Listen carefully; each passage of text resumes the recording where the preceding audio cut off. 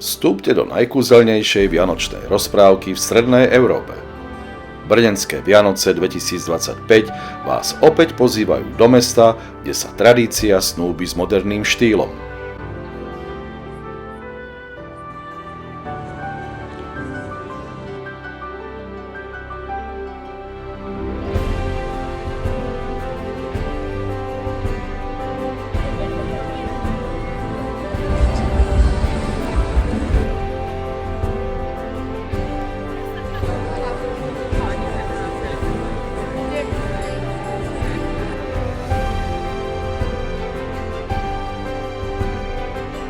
Vianočné trhy v Brne sa už tradične konajú v centre mesta, na námestí Svobody, ale aj na viacerých ďalších miestach. Zelený trh, Moravské námestí, Dominikánske námestí, v okolí sochy Jošta a takisto na nádvorí Starej radnice. Pre sezónu 2025 bolo otvorenie vianočných trhov naplánované od 14. novembra a trvajú do 31. decembra.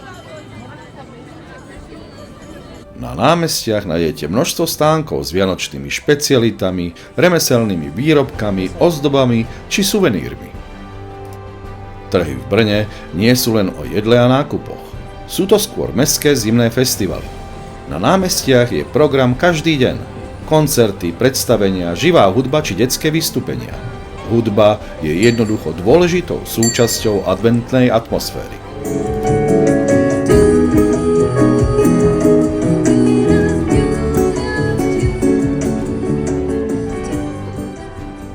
Na Dominikánskom námestí je typická rodinná atmosféra.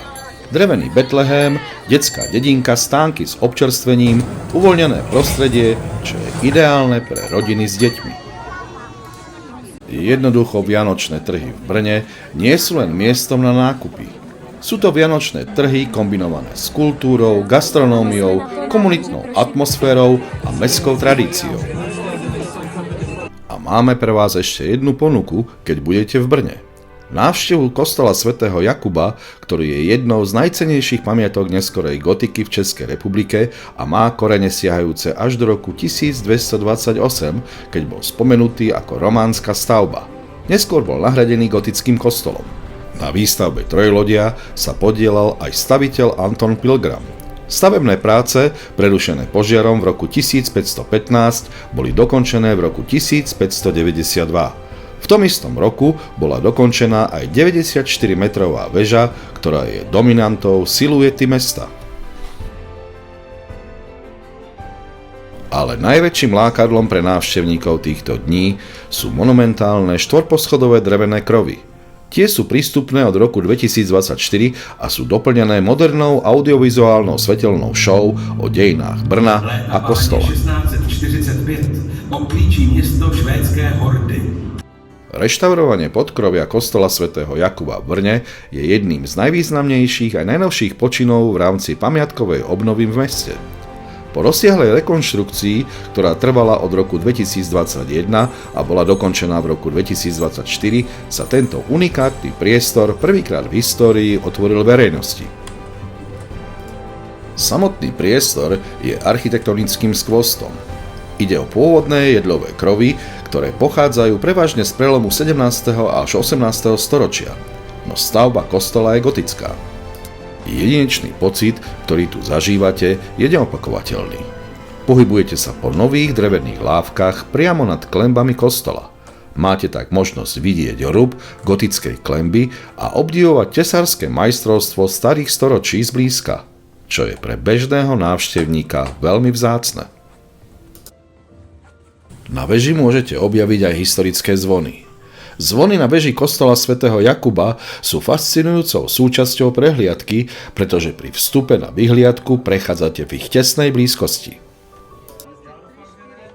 Zvon Jakub je absolútnou dominantou veže a často o ňom hovoríme ako o srdci Jakuba. Váži úctyhodných 7500 kg a bol odliatý v roku 1516. Druhý historický zvon, ktorý robí Jakubovi spoločnosť, je zvon Panna Mária. To, čo robí tieto zvony výnimočnými pre návštevníkov, nie sú len ich parametre, ale ich dostupnosť. A ak budete mať šťastie a budete v pravej chvíli na prehliadke vo veži, môžete si vyskúšať, akú silu v sebe skrýva tento zvon.